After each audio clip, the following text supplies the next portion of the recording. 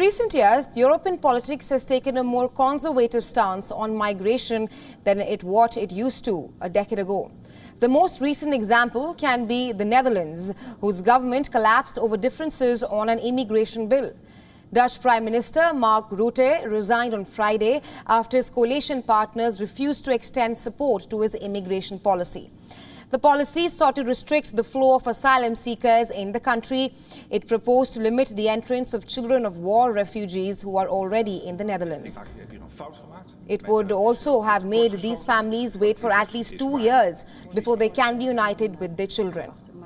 Rutte's decision to bring down the government instead of reaching a compromise with the coalition is indicative of how potent the issue has become.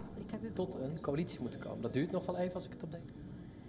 This is not only true for Netherlands, but for entire Europe as a whole. All the countries here are facing an immigration crisis, with migrants from poorer nations traveling on dingy boats, risking their lives in hope of a better standard of living.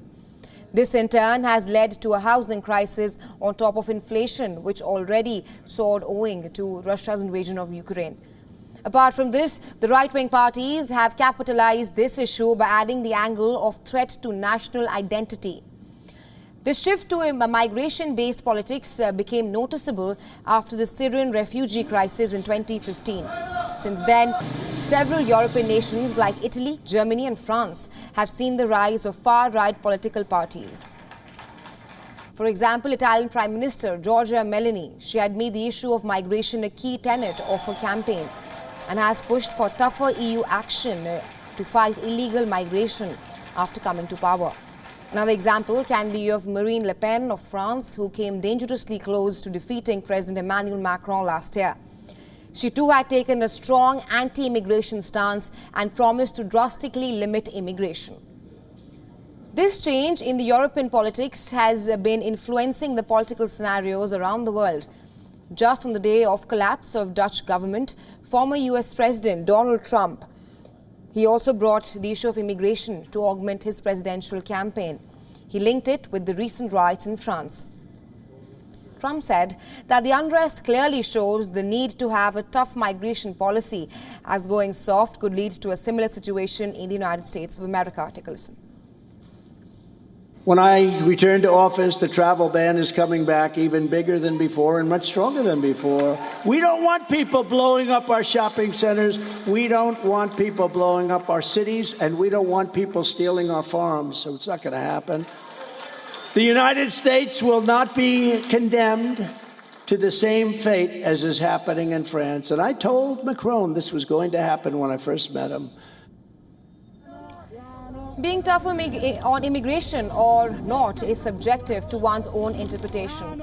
But the alterations in Europe's state of affairs clearly suggest about what issues have come at the forefront in its politics. For more on this, we have with us Pieter Klep, the editor-in-chief of the Brussels Report, joining us live from Brussels. So welcome to the show. Thank you. Now, for starters, talk to us about Europe's migration approach at the moment. Well, you know, for a long time, migration has been a very contentious issue. I think we have to make a distinction between the question whether Europeans want to welcome certain number of migrants and how to make sure that, you know, when a democratic choice has been made about the number of people that can be welcomed, how to make sure that this is actually respected. And I would say that Europeans by and large understand that, you know, we need labor migration. It's important to have family reunification. It's important to have migration in general. But that does not mean that any sort of arrangements to make sure that these choices are respected, that these arrangements are not being implemented, and that's what we've seen. You know, many people manage to sneak in to Europe in an irregular and illegal manner. Then also, secondly, many people overstay their visa. When people are ordered to leave the territory of European democracies, then they often simply ignore these requests. The countries that are supposed to take back their nationals often refuse to cooperate properly. So I think, in a nutshell, this is the massive challenge that Europe is facing. And for now, politically, there's still a taboo on implementing the successful formula that Australia has done, which is to make sure that if people try to break the rules, that they do not obtain the right anymore to access the territory. Absolutely. Also, Mark Rutte has resigned over migration issue. Does the collapse of the Dutch government highlight Europe's new migration politics? Well, what Mark Rutte was proposing is to bring the Dutch rules for family reunification in line with the rules governing in Belgium and in Germany. So I don't think this was a very radical proposal or anything, but it was still too restrictive for two coalition partners of him, the Christian Union and the left-wing D66. But even, if this would have been implemented, it would not have been a real fix.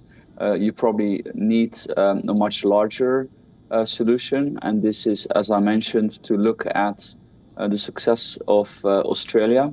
Australia managed to avoid that people still die when trying to reach Australia. They managed to reduce the number of drownings at sea from about 2,000 to 0. And this they did by making clear to people that pay for smugglers that even if they're successful and if they reach a territory, they will be brought somewhere else. In this case, it was Papua New Guinea. I mean, this model was not perfect. The conditions in Papua New Guinea were absolutely unsatisfying. But in itself, the idea that you tell people, look, you can only enter the territory after you have received a yes to your asylum request, instead of saying, yeah, you can already enter, whether you have received a yes or a no. So I think that's sort of the key change that also Europe will move to. European leaders are slowly going there, but so far there's still a lot of political opposition against it. Well, last question to Mr. Klepp. How are the right-wing parties in Europe using this issue of migration for their own political motive? Well, all across Europe, I think you can see a swing to the right. There's a new right-wing government in Finland. Let's see how the Spanish election will go later this month. And of course, there's the Italian government of Giorgia Meloni. Now, even in Italy, it's interesting to see that Italy is going to welcome labor migrants. So they're not against migration, but they are also against the legal migration. They are against the lack of respect for the democratically supported regulations.